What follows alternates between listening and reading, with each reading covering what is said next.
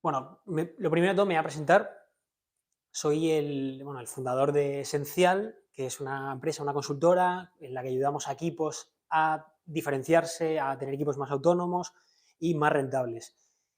Mm, He estado trabajando los últimos 10 años en el mundo empresarial. Estuve trabajando primero en KPMG durante 6-7 años en consultoría financiera fiscal. De hecho, uno de los compañeros que tenemos aquí en GBO fue el compañero mío. Después estuve trabajando en Uber Eats, lancé Uber Eats en Canarias, que fue una experiencia bastante, bueno, aprendí un montón de cosas.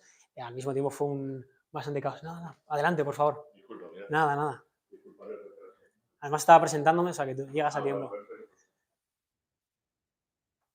Después de lanzar Uber Eats en Canarias, empecé a trabajar en Leroy Merlin. Al mismo tiempo empecé a montar el proyecto que tenemos, que os voy a presentar hoy, bueno, de forma un poco tangencial. Soy abogado, economista, he hecho un máster en dirección financiera y trabajo con startups también acompañándolas, sobre todo en fases más iniciales, para que entiendan bien cuál es su cliente, cuál es su propósito. Y bueno, como para comentar algo así un poco específico o curioso de mí, soy un fanático de la autodisciplina, de los hábitos, y eso es de alguna forma lo que me llevo a Esencial, a este proyecto. En estos años lo que he hecho es dar con un sistema. O sea, yo no creo que haya una solución mejor que otra, pero sí que creo que cuando tienes un sistema, una solución que funciona para tu negocio, para la organización de tu negocio, es mucho mejor que estar reinventando la rueda cada día.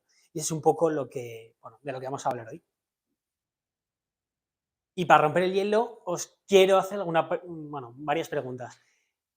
¿Cuándo llegaron los primeros Homo sapiens a Europa? ¿Hace 1 millón de años? ¿Hace 300.000 años? ¿Hace 50.000 años? 300.000.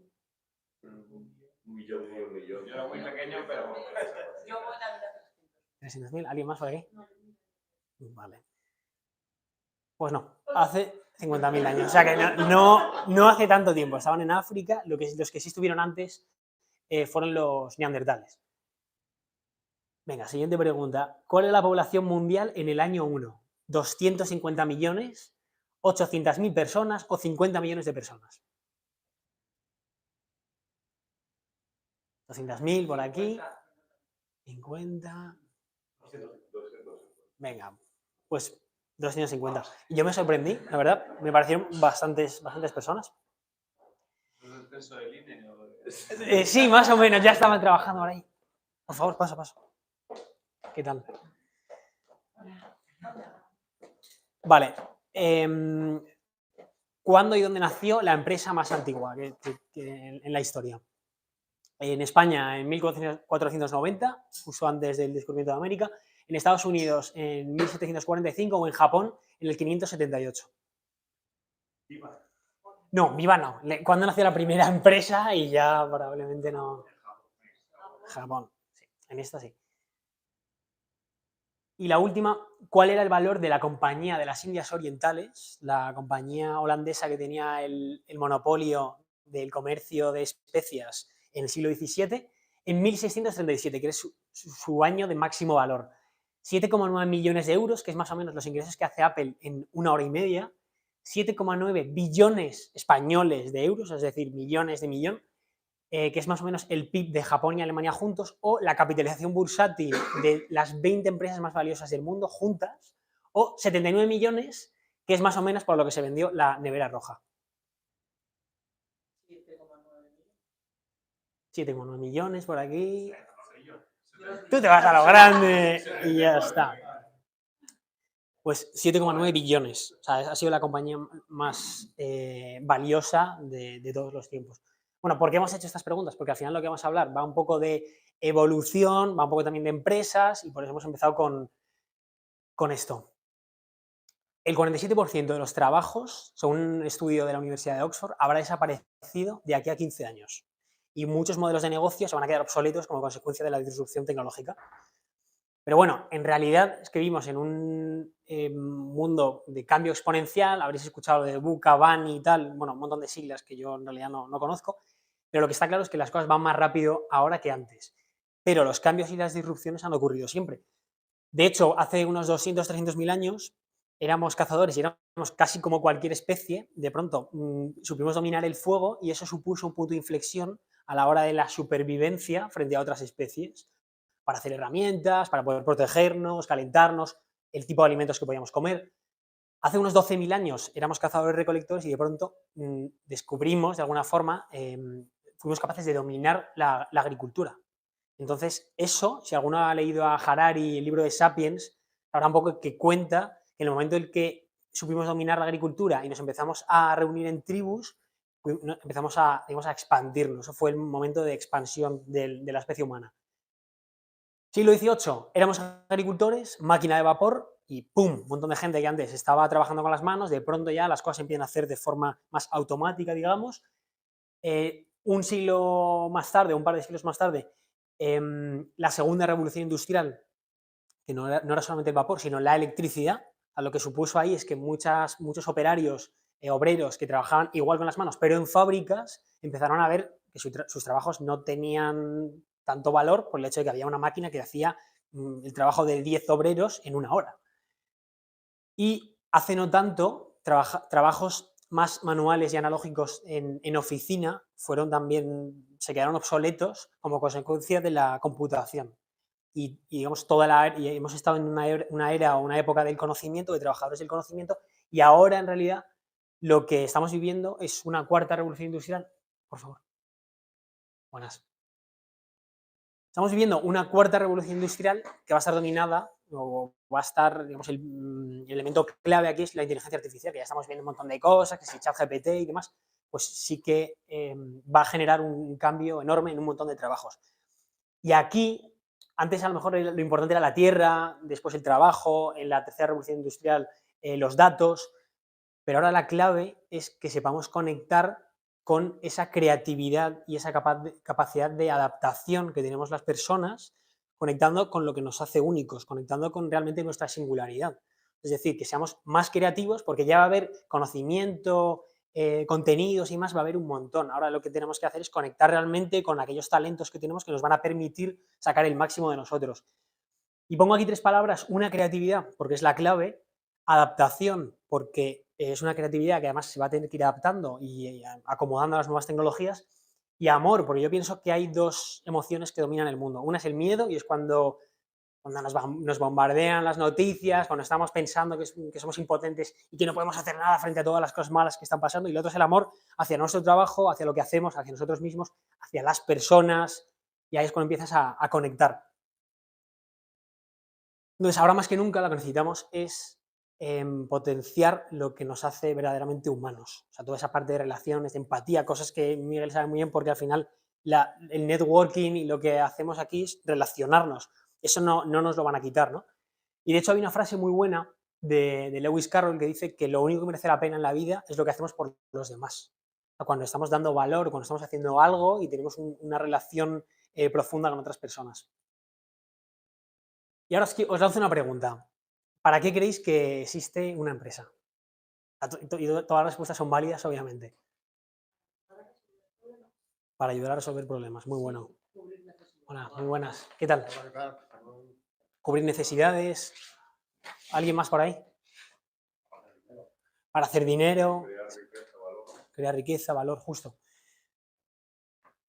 Traigo aquí la pirámide de Maslow porque lo que te decía Maslow, que luego dicen que se arrepintió de haber hecho esa pirámide, aunque ha servido como modelo para un montón de teorías después, es que según vas cubriendo ciertas necesidades, puedes acceder al siguiente nivel.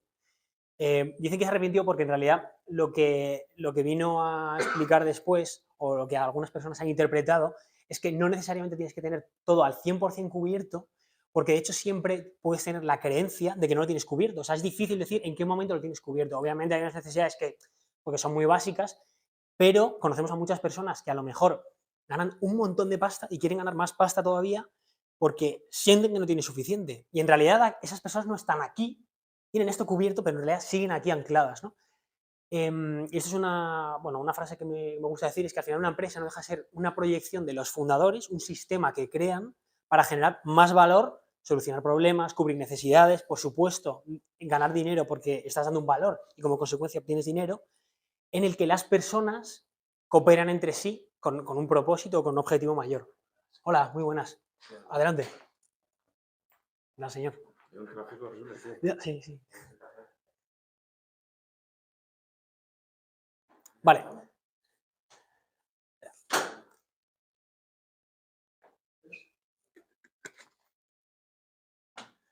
Bueno, y ahora me gustaría, con el hilo este de la evolución y más, que retrocedamos un poco, unos 14.000 millones de años. Ahora sí que nos vamos un poquito más para atrás. ¿Qué ocurrió aquí? El Big Bang, básicamente el inicio de todo, ¿no? Del universo. Y aquí hay una pregunta clave. ¿Qué caracteriza, una vez que el Big Bang se generan los planetas, los universos, las galaxias y demás, se crea la Tierra? ¿Qué es lo que caracteriza la vida en la Tierra? Y voy a poner, a ver si os da alguna pista, el átomo de carbono. Algunos, lo mismo aquí, algunos físicos, tengo suerte y puede contestar.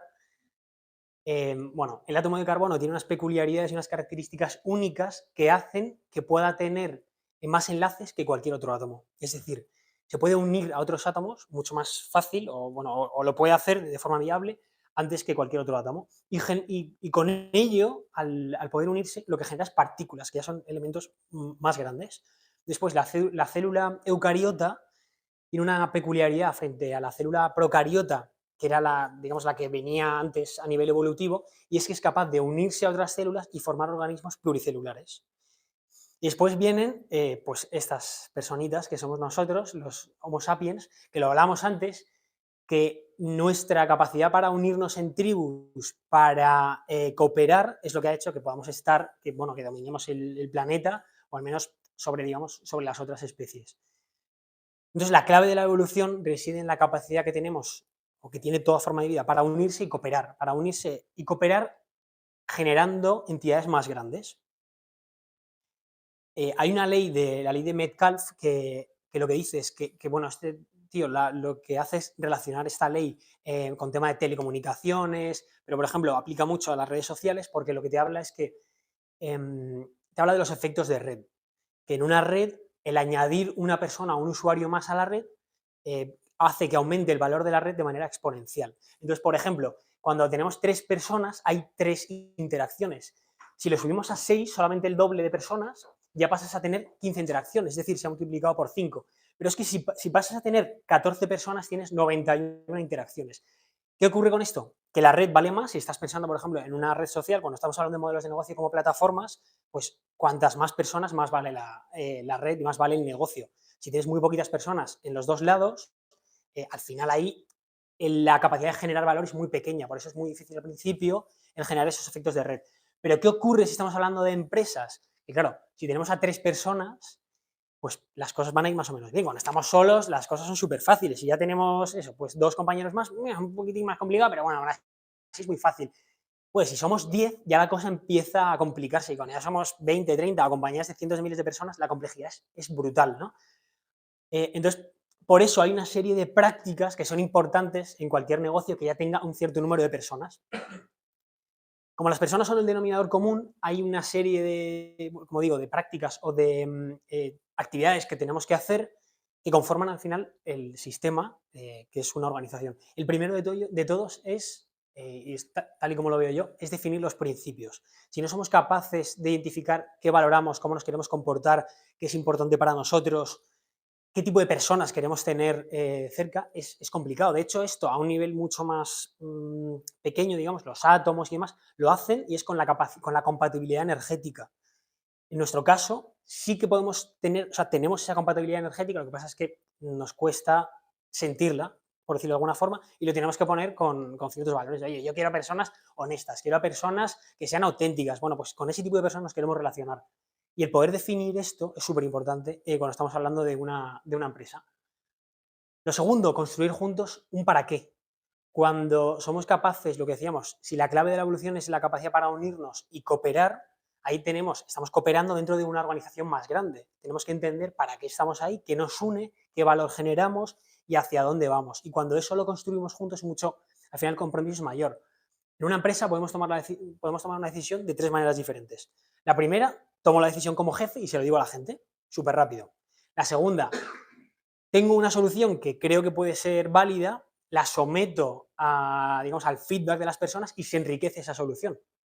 Y la tercera es lo que construimos. O sea, al final, evidentemente es más lenta, pero ¿en cuál creéis que el compromiso es mayor? ¿Cuando la gente trabaja en construir esa solución o cuando le dicen lo que tiene que hacer? Yo creo que estaba bastante claro. Lo tercero es, sabemos a dónde vamos, sabemos cómo nos queremos relacionar, es alinear a personas y procesos para remar en el mismo sentido. O sea, tú puedes saber a dónde vas, pero si luego no tienes los procesos o las personas van un poco a su rollo porque no tienes esa cultura que empuje, y uno, imaginaos una canoa, uno rema hacia un lado y los otros tres reman en el sentido contrario, pues es complicado, ¿no? Entonces, cuando tenemos esas fricciones o personas en el equipo que sabemos que están desalineadas, eso al final nos frena. Y por último, impulsar, yo creo que son elementos clave en un negocio, la innovación, que al final está relacionada con la capacidad de adaptarnos, de ser resilientes, la responsabilidad, que tengamos un negocio en el que las personas asumen su responsabilidad como si fuesen pequeños CEOs. O sea, lo ideal sería que hubiese pequeños emprendedores en cada organización. Y luego, potenciar las fortalezas, porque en realidad, aunque hay debilidades que se pueden interponer en nuestro potencial como organización o como empresa o como personas, la clave está en poner el foco en las fortalezas, en lo que hacemos bien de manera genuina. Bueno, aquí simplemente un dato. Cuando un equipo... Dale, Julio. Cuando un equipo sabe a dónde va y cómo contribuye la persona, de manera, cómo contribuyo yo al éxito común, es decir, hay un alineamiento y sabemos dónde vamos, la motivación aumenta un 100%, el desgaste disminuye un 72% y los beneficios crecen un 37%. Entonces, os voy a contar hoy, relacionado con todo esto, hablando de evolución, hablando de cuáles son los elementos en esa evolución, que es la capacidad para, el elemento clave, que es la capacidad para cooperarnos y unir en las organizaciones, qué podemos hacer para potenciar esa capacidad para cooperar, para unirnos y cooperar de manera efectiva. Vamos a ver estos tres elementos, la cultura, la estrategia y la ejecución. Lo vamos a ver súper rápido. Vale, lo primero, una cultura coherente. ¿Qué significa una cultura coherente? Que tengas a las personas correctas en los puestos correctos. Y aquí os lanzo alguna pregunta. Cuando ficháis a personas o cuando seleccionáis incluso socios, porque esto vale de alguna forma con cualquier tipo de persona, pero especialmente cuando fichas a personas de tu equipo, tenéis en cuenta el encaje cultural, es decir, tenéis en cuenta si lo que es importante para vosotros lo están, esas personas tienen ese encaje, ese fit, o nos quedamos en la parte de conocimientos y habilidades. Totalmente. Luego, una segunda pregunta, ¿recontrataríais de nuevo a todas las personas que tenéis en el equipo? Y claro, y esa es una pregunta muy buena que te puede llevar a una conclusión no tan buena o al menos no tan sencilla, ¿no? O sea, si viene alguien de tu equipo de quien tienes un poco de dudas y te dijese mañana, oye, que he encontrado un trabajo que me encanta, que estaba un poco cansado, me voy a pirar. ¿Te sentirías aliviado, aliviada o no? ¿O te sentirías apesadumbrado porque se va a ir esa persona? Pues eso es un indicio también de que quizás no hay el encaje de esa persona con la organización. Y muchas veces dejar que una persona esté en una organización cuando no tiene un encaje es injusto para nosotros, para el equipo, porque al final ven que el rendimiento no es tan bueno y estás bajando el nivel, pero para la otra persona también. No es algo que hay que hacer de forma descuidada, pero joder, ahí hay algo que quizás haya que trabajar. Y luego, por último, están las personas en los puestos donde más pueden brillar, lo que decíamos antes de las fortalezas. Es súper importante saber ayudar a las personas a reconocer esos talentos naturales, esas fortalezas, y que a partir de ahí puedan tener ese encaje en el puesto en concreto. Es decir, que no estén en un puesto en el que no brillan. Yo, por ejemplo, que estuve un año currando en Uber, trabajé, todas las canas que tengo en el pelo me salieron en ese año. Trabajé un huevo. Y el caso es que se me dan muy bien algunas cosas, como por ejemplo dedicarle cariño a una presentación, facilitar una sesión con un grupo y demás, pero el tomar 1000 decisiones todos los días no se me da bien.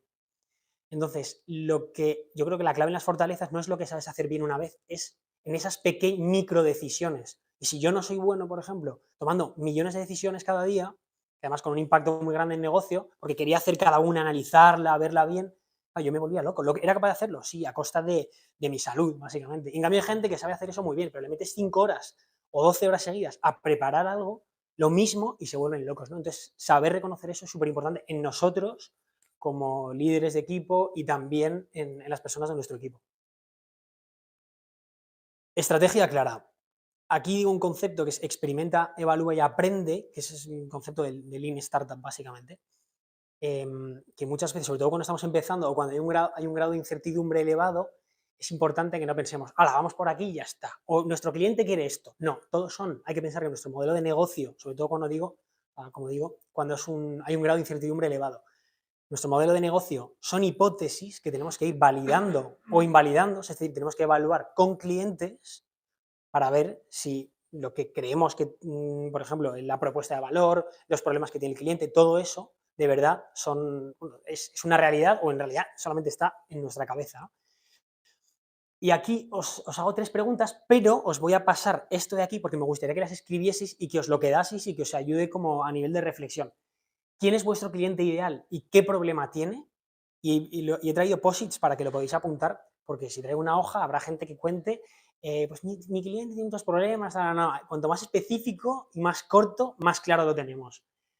¿En qué podríais ser los mejores y en qué no? Como si vosotros tenéis una empresa, pues en vuestra empresa, ¿en qué podríais ser los mejores y en qué no? Y esto no es una aspiración de, queremos ser los mejores en no sé qué, esto no es una visión de futuro, es un entendimiento, una reflexión de en qué realmente creemos que podemos ser muy buenos o en los mejores en nuestro sector y en qué, joder, seamos sinceros, no vamos a poder serlo. Yo, por ejemplo, sé que soy muy bueno trabajando el propósito y la estrategia con el equipo y luego bajándolo a hábitos, pero me pones a hacer cualquier otra cosa y probablemente, pues no lo sea. Y luego, ¿qué os hace ganar dinero? Y ¿qué os hace ganar dinero concretamente? ¿Cuál es el KPI clave para vuestro negocio? En servicios profesionales, pues probablemente sea un cash flow o un beneficio por cliente. En Leroy Merlin, donde trabajaba yo, que me encantaba hacer estos análisis, aunque nadie me los pidiese, pues era los beneficios, no tanto el cash flow, porque al final el cliente paga el contado, por metro cuadrado, porque quieres tener, o por metro lineal, quieres tener los espacios, que al final es el 90% de la generación de negocio de la tienda, los quieres tener al máximo de venta, ¿no? En una aerolínea probablemente sea el beneficio por avión. Y bueno, entonces lo que voy a hacer es, me gustaría que paramos aquí un segundo y os doy bolis, creo que he traído para todos, porque como había como 30 personas, bolis y posit, entonces cogéis un boli y un posit, lo vais pasando y vais apuntando estas 3 ideas y os la quedáis. Y luego si queréis lo compartimos o así. ¿Qué tal, señor? ¿Cómo estás? Nada.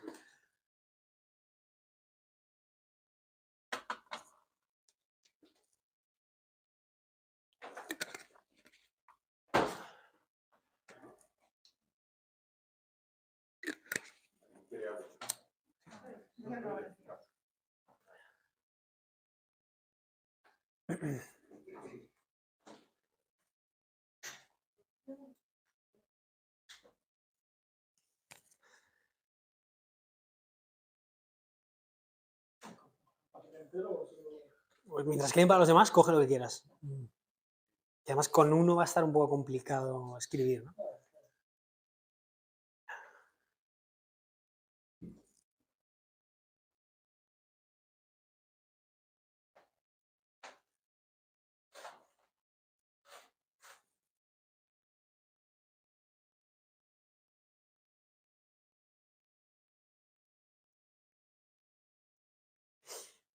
Son 3 preguntas. Estamos hablando sobre estrategia, ¿vale? Y bueno, aquí hay 1000 modelos, pero algo muy simple es tratar de contestar a estas 3 preguntas. ¿Quién es tu cliente y qué problema tiene? Siendo lo más específicos posible. ¿En qué podríais ser los mejores? Y esto hemos explicado que no es una aspiración de me gustaría ser, sino un convencimiento de podemos ser los mejores. ¿A nivel profesional o como empresa? Vale, eso es una buena pregunta. Yo diría como empresa, si la empresa es vuestra, o si sois socios mayoritarios, y si estáis en una empresa trabajando por cuenta ajena, yo lo haría a nivel personal. Y a lo mejor el KPI ahí, pues, tiene menos sentido. O si queréis hacer lo que os apetezca. Si estáis por cuenta ajena, sería un poco lo que os apetezca. Pero esto efectivamente se puede aplicar igual. Esto está un poco relacionado con el Ikigai, quien lo conozca también. El Ikigai, y si alguno ha leído a Jim Collins, que es el mega crack de la estrategia, pues está muy relacionado con lo que llama el hedgehog concept, el concepto del erizo, en un libro buenísimo. Muy buenas.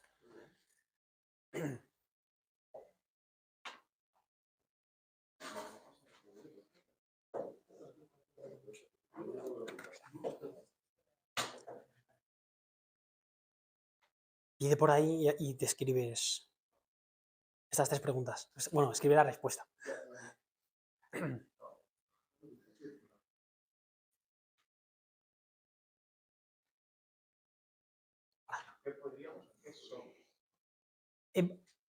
es en qué podríais ser los mejores teniendo en cuenta lo que somos ahora. O sea, no es una aspiración como tal de seremos los líderes en tal, es más en qué podemos ser los mejores, aunque no lo seamos en la actualidad, teniendo en cuenta cuáles son nuestras ventajas competitivas o nuestras fortalezas.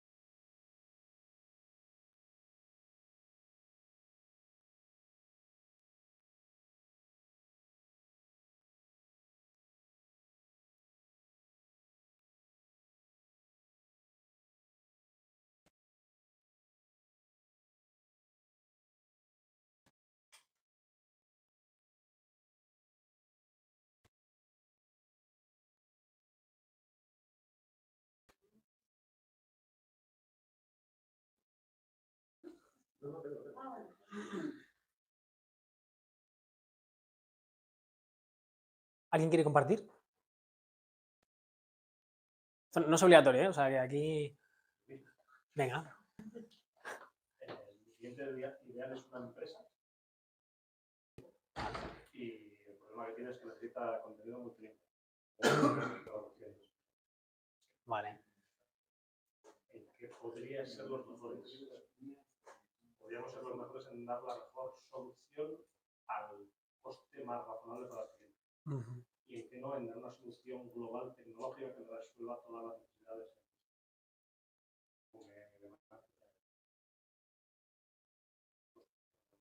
Claro. ¿Y qué nos hace ganar dinero? La cantidad de palabras que podemos procesar. Vale. Qué bueno. Genial. ¿Alguien más que quiera compartir? Yo, sin problema. Venga, Lucía. Pues, ¿cuál es tu cliente ideal? Diría que son hombres y mujeres en un rango de 16-30 años. El problema que tiene es que no existen las herramientas en una plataforma para relacionarse que estén actualizadas a las nuevas formas de relacionarnos que tenemos en el siglo XXI. La pregunta 2, ¿en qué podríamos ser los mejores? En conectar a personas de forma real y transformar su tiempo en utilidad para ellos. ¿En qué no? En quizá crear los típicos perfiles profesionales de imagen, hablando así, influencers, porque esta plataforma va totalmente vinculada a eso. Y finalmente, el que os hace ganar dinero, pues bueno, tenemos una publicidad innovadora, principalmente única, basada en un sistema de referidos para los perfiles. Qué bueno. Entonces, sí. Qué bueno, gracias. Álvaro, ¿tú habías levantado la mano? Sí. A ver, ¿quién es el cliente y qué problema tiene? Clientes de cualquier naturaleza y el problema que tiene es que necesitas asesoramiento. En cuanto a en qué podemos ser los mejores, yo creo que los mejores en asesoramiento personalizado y transversal. Una base jurídica, pero transversal. Negocios, que no en aquellas operaciones que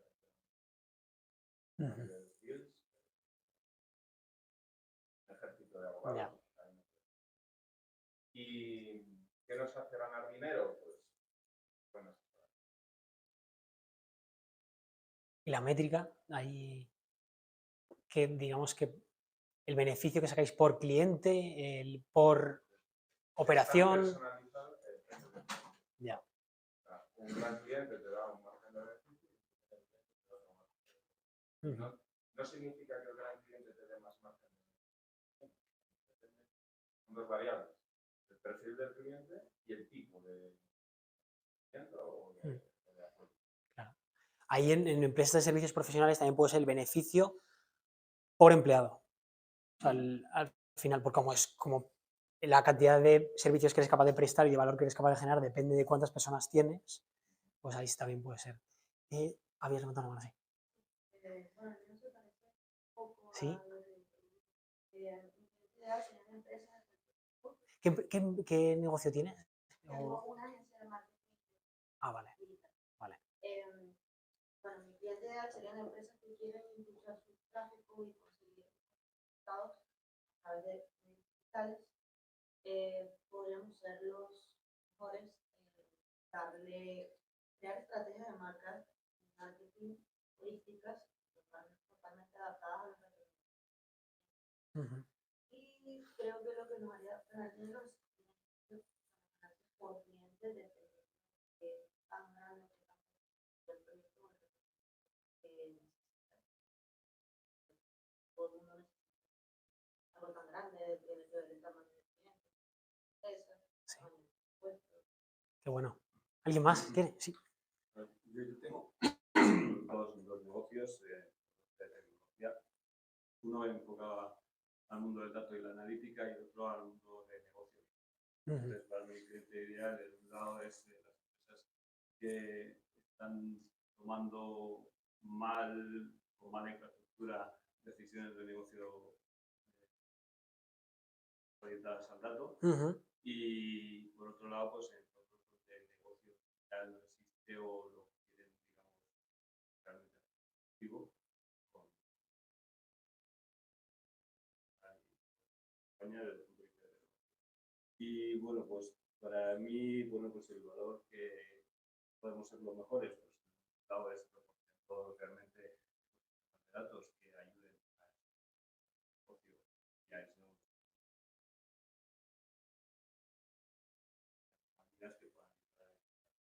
Sí.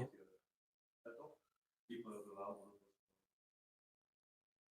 hay herramientas para hacer en cuanto a en qué consiste, cómo ganamos dinero, pues en todo el mundo es muy similar. Al final, lo que tenemos mucho cuidado es que los productivos realmente pues, se vendan al precio que hay que venderlo para que la y que tengas margen ahí. Genial. Muy bien. Vale. Y una cultura, una estrategia, bueno, de hecho la cultura está relacionada con la ejecución. Una estrategia sin ejecución, pues no sirve de nada. Y aquí hablamos de ejecución consistente porque tiene que estar relacionada con tu estrategia. Es decir, lo que hemos definido antes, que por supuesto solamente lo hemos esbozado mínimamente, cuando tienes claridad sobre cuál es tu estrategia, lo que te permite es tomar decisiones y sobre todo rechazar oportunidades que en realidad no te interesan. Entonces pones foco en las cosas realmente importantes.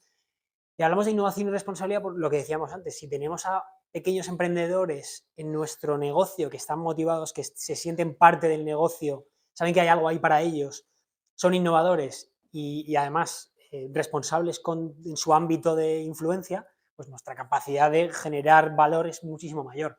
Y aquí tengo 3 preguntas para vosotros. ¿Cuáles son vuestros objetivos? Bueno, es una reflexión. ¿Cuáles son vuestros objetivos este año y cómo estáis midiendo su progreso? Porque yo conozco empresas bueno, más o menos tradicionales que el objetivo es vamos a facturar 3 millones. Bueno, ya es mejor que no decir nada, pues vamos a ver qué pasa, ¿no? Pero bueno, puede ser más estratégico ese objetivo. ¿Cómo vas a facturar esos 3 millones? ¿Con qué tipo de proyectos? ¿En qué tipo de clientes? O sea, ahí el facturar 3 kilos no te está ayudando a tomar decisiones. No estás tomando decisiones, simplemente lo que caiga y ya está. No es suficiente. Y luego lo estamos midiendo.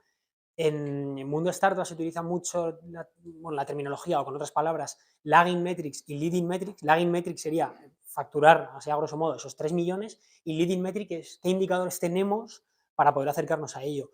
Si, por ejemplo, lo que estamos intentando conseguir es un X dinero por la venta de un proyecto, pues cuántas reuniones estamos teniendo, cuál es nuestro ratio de conversión desde que contactamos al cliente hasta que conseguimos una reunión, el ratio de conversión desde que conseguimos la reunión hasta que, por ejemplo, online, hasta que lo cerramos presencialmente, y así todos esos datos para ir viendo si realmente nos estamos acercando a esos 3 millones y que no sea 1,5 millones, pero ¿qué tenemos que hacer? Bueno, seguir empujando, no, joder, tomamos mejores decisiones. Luego, lo que decíamos, consistencia, ¿a qué oportunidades estáis diciendo que no, o habéis dicho que no en el último trimestre? Si decimos que sí a todo, claramente hay un tema de decisiones y estrategia que deberíamos revisar. Y luego, ¿gestionas a las personas o gestionas el sistema en el que trabajan las personas? Porque no es lo mismo hacer ese management con cada persona, que puede llevar un tiempo infinito, a que tengas unos procesos bien establecidos que obviamente cuando el nivel de certidumbre o el modelo de negocio es más estable, pues los procesos son más estables también. En una startup que está empezando, pues casi no tienes procesos. Tienes esos procesos bien definidos, lo cual va a generar mayor calidad y eficiencia en el trabajo. Tienes unos procesos para reclutar a personas que también siguen un sistema. Como consecuencia de todo lo anterior, al final tienes ciertos beneficios. En este caso, pues generas más autonomía en el equipo y más tracción. Lo que hacemos muy rápidamente en Esencial es trabajamos en un aprendizaje continuo en 3 fases. Lo que hacemos es un diagnóstico primero para identificar cuáles son las necesidades que tiene nuestro cliente. A partir de ahí, lo que normalmente ocurre es un taller con los líderes del equipo o con todo el equipo al completo para trabajar la visión, para trabajar el propósito, para trabajar los valores, la cultura, la estrategia, cómo desarrollar el negocio. Y luego lo que es implementación. ¿Qué significa? Que si ese taller precioso, Design Thinking, se queda ahí, es como hacer un paintball de team building. Tiramos 4 bolas, lo pasamos genial y ya está. Pero si luego sobre eso haces seguimiento, si tú defines unos valores, unos comportamientos que queremos tener en la organización y luego dices, vale, ¿y ahora cómo vamos a fichar a personas teniendo en cuenta esto? ¿Cómo vamos a evaluarlas? ¿Cómo vamos a compartir esos valores? ¿Cómo vamos a seleccionar a nuestros proveedores o a nuestros socios teniendo en cuenta eso? Entonces empieza a cambiar un poco la cosa, ¿no? Entonces acompañamos a los equipos en toda esa implementación. Y aquí hay flechitas porque en realidad lo que hacemos es trabajar por sprints o por ciclos, en el que hacemos ese diagnóstico, diseño e implementación, termina y luego seguimos, es decir, es continuo. Bueno, el sistema que trabajamos, lo voy a ir muy rápido, trabajamos 4 ejes, propósito... Hola, muy buenas. Bienvenida, pasa, por favor. Tienes hueco por ahí. Propósito, personas, priorización y productividad, con un área en cada uno, que no me voy a meter. Y lo que conseguimos al final es una evolución. Vamos midiendo cómo está en función de cada una de estas áreas, pues hacemos unas preguntas, un cuestionario y vamos viendo cómo va evolucionando la organización. Desde una fase de viabilidad, que es lo más básico, supervivencia financiera, micromanagement, control de los clientes como algo a explotar y a sacar lo máximo posible, a un alineamiento, una mayor cohesión en el equipo, hasta la fase de impacto en la que ya no solamente queremos dar valor al cliente y posicionarnos, sino que decimos, bueno, más allá de esto, podemos relacionarnos con otras comunidades, con otros ecosistemas, podemos generar más valor. Y ya, hemos acabado y os quería compartir unos recursos. El primero es una Job Scorecard que se utiliza en una metodología que se llama Top Grading para seleccionar a personas, que lo que te dice es que tenéis aquí el QR y luego igualmente lo podéis, bueno, os comparto la presentación, si me dais vuestros datos y demás. Define bien cuál es la misión de esa persona, define muy bien cuáles son las funciones o los resultados que queremos que consiga esa persona y siempre que podamos pongamos una métrica, al menos una métrica de sí o no, de lo ha conseguido o no lo ha conseguido en una fecha X, o cuantitativa, siempre que sea posible. No en todos los negocios se puede poner una métrica cuantitativa. Yo cuando estaba en Uber, bueno, no teníamos esto así, parecido, no estaba tan bien trabajado, pero era muy fácil poner métricas cuantitativas. ¿Cuántos repartidores has conseguido esta semana? ¿Cuántos restaurantes habéis fichado? ¿Cuántos trips o cuántos pedidos se han realizado? O sea, es muy fácil. Pero en ciertos servicios, por ejemplo, en KPMG cuando trabajaba en tema fiscal y demás, es más complicado. Pero sí que seamos lo más específicos posible. Y después las competencias, que es la traslación de esos valores y de esos principios, por ejemplo, que tenemos en la organización. Por ejemplo, somos innovadores, somos curiosos, calidad. ¿Cómo se traslada eso a la persona? Es decir, dentro de su ámbito de responsabilidad, ¿cómo se trasladan esos valores de forma que podamos analizar cuando hagamos el proceso de entrevistas, que veamos si la persona encaja a nivel cultural con la organización? Bueno, no he dicho nada. Si me queréis parar en cualquier momento, podemos retroceder, cualquier pregunta y demás. El segundo recurso es lo que llamo yo el canvas de la singularidad, que es un canvas que hemos diseñado que recoge un poco lo que hemos estado viendo a nivel estrategia, recoge el propósito, la métrica del propósito, los valores de la organización y las 3 cosas, o más o menos las 3 cosas que hemos estado trabajando, que esto es lo que decíamos, que está basado en Jim Collins y en lo que llama el hedgehog concept o el concepto del erizo, que es en qué podríamos ser los mejores, lo hemos visto antes, qué nos apasiona realmente ¿Y cuál es nuestra métrica clave? Dice, las empresas que son capaces de trabajar en esto, darle vueltas y definen un concepto, por ejemplo, somos los mejores en, o podemos ser los mejores teniendo en cuenta como una toma de conciencia en esto, y lo hacemos, y además nos encanta hacer estas cosas y nuestra métrica clave es X, bueno, las empresas que son capaces de ir revisando en un ciclo que nunca, digamos que lleva tiempo, son capaces de llegar a esto, el potencial de generar negocio es infinitamente mayor. Es mucho mayor. Pero es hasta 4, puedes tardar hasta 4 años revisando esto hasta que das con la clave exacta. O sea, esto no es una cosa de, pum, la trabajo y se acabó. Y lo que decíamos antes, vamos probando, son hipótesis y vamos evaluando si esto es para nosotros. Sí.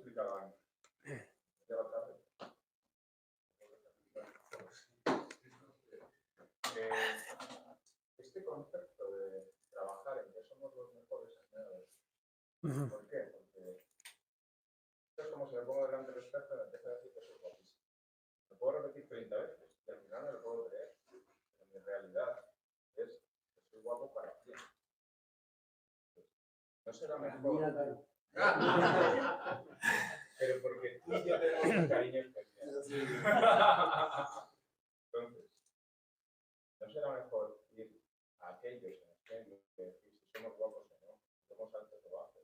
Porque la métrica no nos la tenemos que dar nosotros, nos la tiene que dar quien nos paga. Sí. La final es el cliente. O sea, totalmente de acuerdo. De hecho, esto es como cuando montamos una empresa o un negocio, tú puedes tener tus hipótesis de, Buah, es que esta solución es brutal, es increíble y tal. Eso hay que testearlo con el mercado. ¿Qué significa? Con los clientes. Es decir, podemos ser los mejores en esto. Hablas con tu cliente, que además hay un proceso también, hay sistemas para todo, para recoger ese feedback y aplicártelo a ti como negocio a nivel estratégico. Y dices, bueno, pues el cliente realmente dice, tronco, es que en esto sois excepcionales y vas puliendo eso. O sea, quien tiene la última palabra es tu cliente. Estoy totalmente de acuerdo. O sea, no la última, la primera. Es decir, es mi cliente que me tiene que decir en qué soy bueno y opción A, profundizo ahí, opción B, empiezo a mejorar otras áreas. Sí, a ver, yo pienso que tienes que ir con ciertas hipótesis de creo que esto puede ser una solución para el cliente y lo voy puliendo. Tienes que ir con ciertas hipótesis porque si no es, el cliente puede decir lo que le preguntaban a Henry Ford cuando lanzó lo del coche, ¿no? Si yo hubiese preguntado a la gente directamente me habrían dicho, pues 20 caballos, una carroza de 20 caballos, ¿no? Entonces, es verdad que tienes que ir con ciertas hipótesis y luego estar constantemente cambiando y pivotando en función de lo que te dice tu cliente, que es quien manda, porque es que si no eres capaz de darle ese valor a tu cliente, estás muerto. O sea, que totalmente de acuerdo contigo. Adelante, por favor. Nada. Tenéis, bueno, y luego la parte de cliente, o sea, de hecho está aquí. ¿Quién es tu cliente? ¿En qué canales está? ¿Cuál es su dolor? ¿Cuáles son sus aspiraciones? ¿Y cuál es nuestra promesa de marca? ¿En qué 2 atributos que valore nuestro cliente nos vamos a centrar? Y aquí Seth Godin, una cosa que dice es, elige 2 atributos que sean, bueno, puede haber 20, 30 atributos, ¿no? O sea, cosas que valoran los clientes. Elige 2 y vete a los extremos, o sea, potencia mucho esas 2 cosas. Yo hay 2 cosas que trabajo un montón, que estoy evaluando con mis clientes y cada día aprendo algo nuevo, que es propósito y disciplina. Yo creo que mucha gente no lo entiende y probablemente tenga que cambiar un poco el cómo lo cuento. ¿Pero qué significa? Trabaja muy bien a dónde quieres ir, y esto aplica para personas y para organizaciones, dónde quieres ir, qué valor quieres generar, y luego ponte hábitos todos los días para llegar ahí. Y al final todo lo que hago está relacionado con eso. Entonces, como que posiciónate muy bien, que esté muy claro tu posicionamiento en relación a ese dolor que tiene el cliente y cómo lo solucionas. Y luego, ¿qué palabras controlamos? Como vivimos en un mundo digital, es importante que se asocien ciertas palabras, ciertos conceptos a nuestra organización. Pues, por ejemplo, dos de ellas es propósito y disciplina. Otra es CEO, pero no de CEO de Chief Executive Officer, sino Chief Evolution Officer. ¿Por qué? Porque al final yo lo que hablo está relacionado con la evolución de los negocios y de las organizaciones.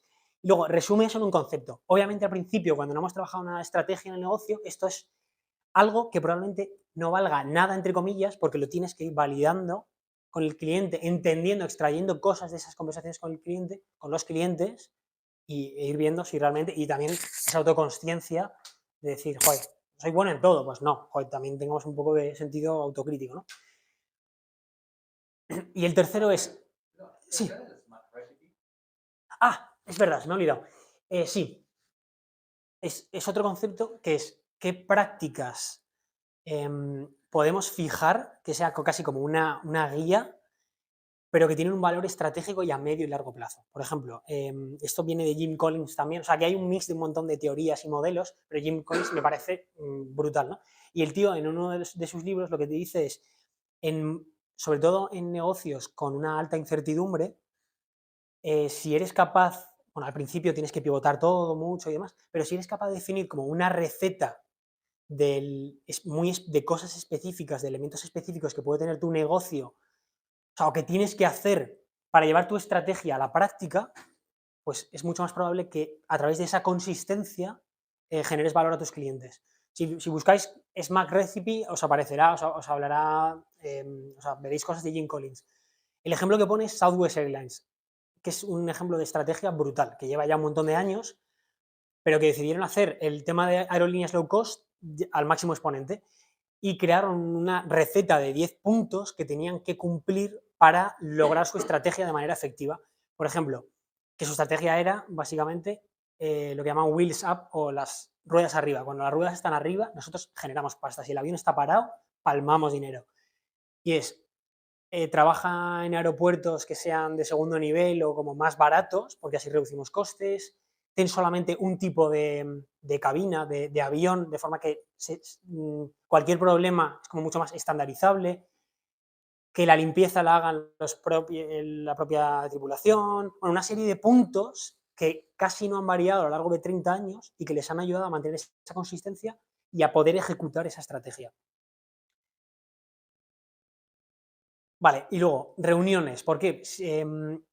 Las reuniones son dolor de cabeza. Yo en KPMG tenía reuniones que eran súper largas, eran a veces muy entretenidas porque trabajamos temas de creatividad y demás, pero a veces era un caos.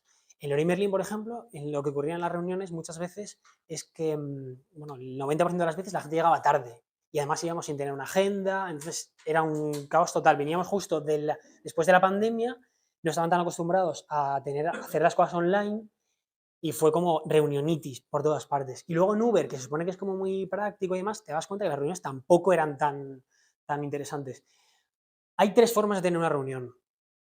Llegamos, no sabemos cuál es el objetivo, llegamos ahí y dicen, pues hay que hacer no sé qué, hay que proponer soluciones para esto, y sin haber preparado nada, soltamos ahí nuestro speech y parece que el que no habla es tonto, básicamente. Claro, los resultados que salen de ahí son, bueno, digamos que no muy buenos, generalmente. En Amazon tiene el segundo tipo de reunión, que es, llegan y se tiran 15 minutos leyendo el tema que van a tratar. 15 minutos en silencio, leyendo. Y luego proponen soluciones sobre eso. ¿Qué te permite?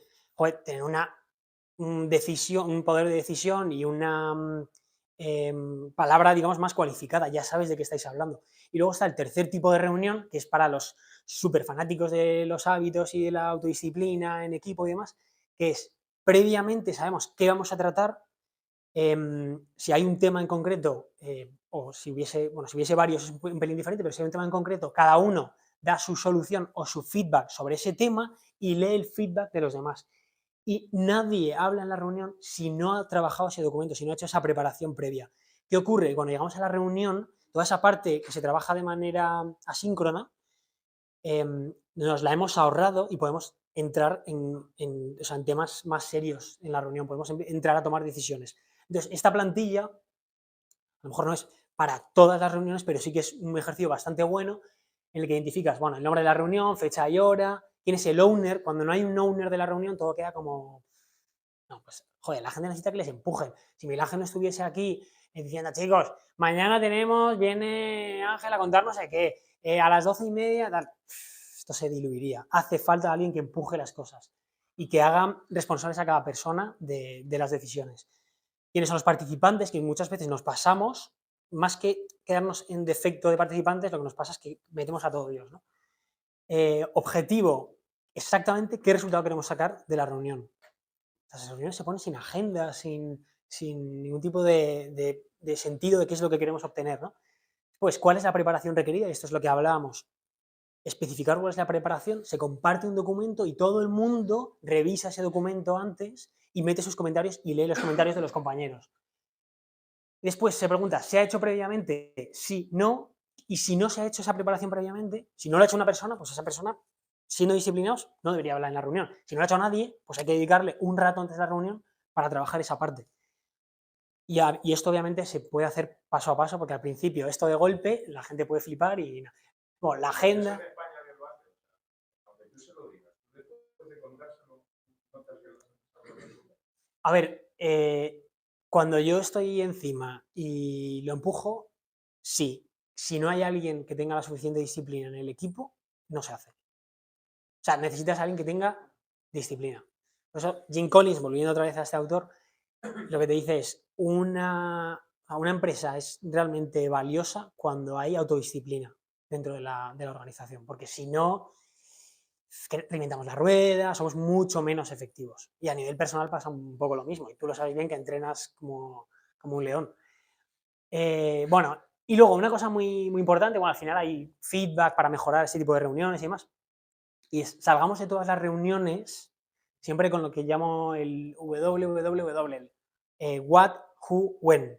Es decir, qué vamos a hacer de forma específica y que sepamos, que podamos decir si se ha hecho o no. No valen cosas genéricas de bueno, tal, no. ¿Se ha hecho o no? Que sea sencillo. ¿Quién lo va a hacer? Es decir, tiene que haber responsables de cada ítem y cuándo. Vale, sí. Y bueno, y luego tenéis también aquí que os he compartido un test de autodiagnóstico. Yo una de las cosas que trabajo con las empresas al principio es un diagnóstico de 32 preguntas donde vemos en las 12 áreas que trabajamos dónde están, pero aparte he preparado un test de autodiagnóstico de 12 preguntas para que podáis ver más o menos en qué fase estáis. Y bueno, lo tenéis aquí. La respuesta A es fenomenal. ¿El qué? La respuesta A es fenomenal. Sí, no te entiendo, sí.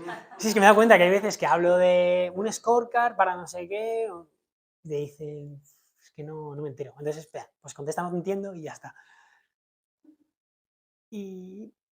Vale, y bueno, concretamente a quién ayudo. A equipos que no se conocen, que son equipos muy nuevos, que se acaban de integrar, que necesitan un poquito de cohesión porque no han tenido pues estaban teletrabajando. Yo, por ejemplo, trabajo con startups que a lo mejor no se conocían las personas. Entonces hemos trabajado alineamiento, valores, estrategia, pero permitiendo que la gente se conociera entre ellos, se generase confianza y demás. Después, empresas que sí se conocen, pero hay un grado de compromiso, hay alta rotación, un grado de compromiso más bajo, y lo que tienes que trabajar es otras cosas, pero también haciendo partícipes a las personas. Pero a lo mejor hay ciertos problemas ahí que tienes que trabajar. Y luego empresas que se conocen y probablemente trabajen bastante bien, pero en las que el CEO o el responsable está metido en todos los fregados. Entonces no es capaz de tener un equipo lo suficientemente autónomo, un sistema que funcione por sí solo. Y bueno, un negocio, esto es una frase sencilla, un negocio crece al ritmo al que evoluciona la mentalidad de las personas del equipo. Conforme va evolucionando esa mentalidad, el equipo puede ir creciendo. Si no somos capaces de evolucionar la mentalidad del equipo, que piensen un poco más en bien común, en la organización, nos quedamos como una serie de personitas que están simplemente haciendo cosas juntos y ya está. Y ya, bueno, terminando con el tema de la inteligencia artificial, que al final vivimos en un momento de disrupción y de cambio exponencial, y la capacidad que tenemos para cooperar, para que esa cooperación, esa colaboración sea lo más efectiva posible, para innovar y para diferenciarnos, va a ser clave. Muchas gracias.